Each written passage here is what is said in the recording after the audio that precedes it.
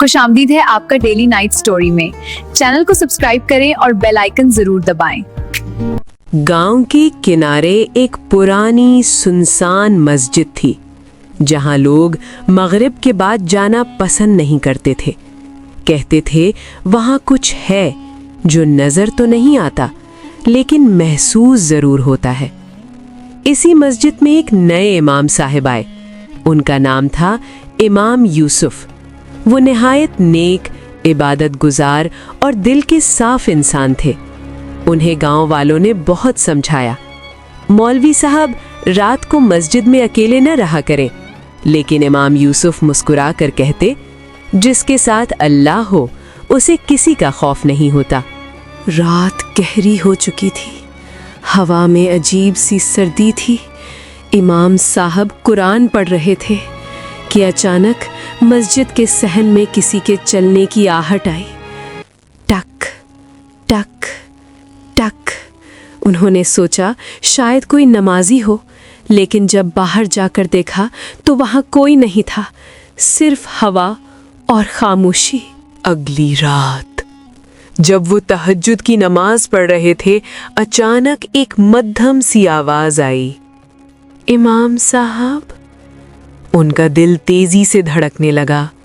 انہوں نے پیچھے مڑ کر دیکھا اور وہاں ایک لڑکی کھڑی تھی، سفید لباس، لمبے بال اور چہرہ اتنا حسین کہ انسان آنکھیں نہ ہٹا سکے۔ امام صاحب گھبرا گئے۔ تم کون ہو؟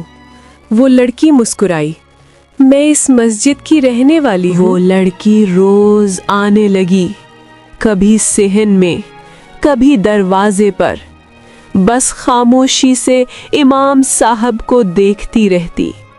ایک دن امام صاحب نے پوچھا، تمہارا نام کیا ہے؟ وہ بولی، میرا نام زہرا ہے اور میں انسان نہیں ہوں۔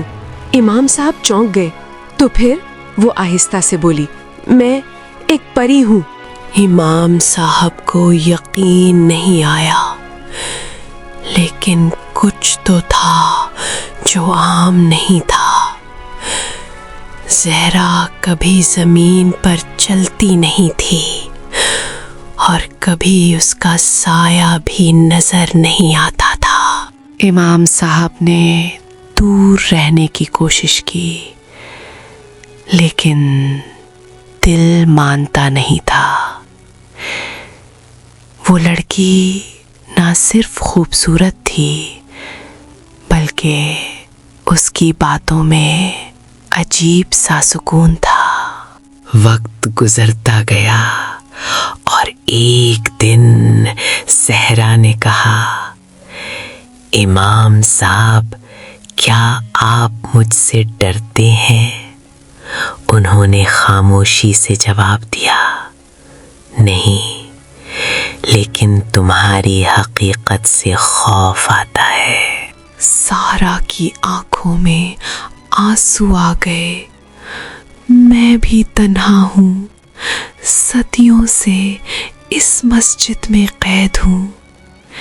کیا مجھے محبت کرنے کا حق نہیں؟ امام صاحب کا دل پگھل گیا۔ ایک دن گاؤں کے بزرگ آئے۔ انہوں نے کہا، مولوی صاحب، اس مسجد میں ایک پری رہتی ہے، وہ مردوں کو اپنے جال میں پھنساتی ہے اور پھر انہیں ختم کر دیتی ہے۔ امام صاحب پریشان ہو گئے، کیا زہرا سچ میں خطرناک تھی؟ اس رات امام صاحب نے زہرا سے پوچھا، کیا تم نے پہلے بھی کسی کو نقصان پہنچایا ہے؟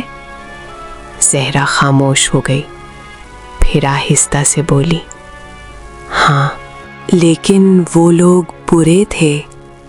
انہوں نے مجھے قید کیا، اذیت دی، میں نے صرف بدلہ لیا۔